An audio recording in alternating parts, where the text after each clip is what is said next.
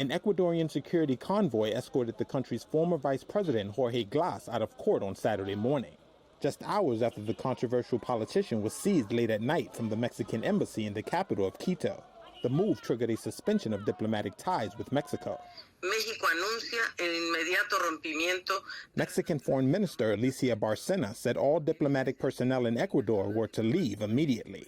Glass, who has been convicted twice for corruption, had been holed up in the embassy in Quito since seeking political asylum in December. Mexico had granted the request earlier on Friday. Mexican President Andrés Manuel López Obrador blasted the unusual diplomatic incursion and arrest as an authoritarian act as well as a breach of international law and Mexico's sovereignty. The government of Ecuador's president, Daniel Noboa, had argued asylum protections were illegal because of the corruption charges Glass is facing. Still, under international law, embassies are considered the sovereign territory of the country they represent.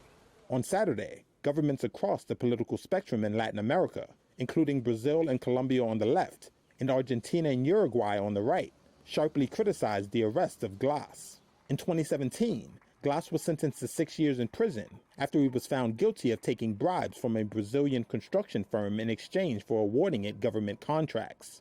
As he faced a fresh arrest warrant on separate graft charges, Glass has claimed he is the victim of political persecution, a charge Ecuador's government has denied. The arrest caps a week of escalating tensions between Mexico and Ecuador. Ecuadorian officials were angered by López Obrador's comments on the South American country's bloody elections last year, in which a presidential candidate was assassinated.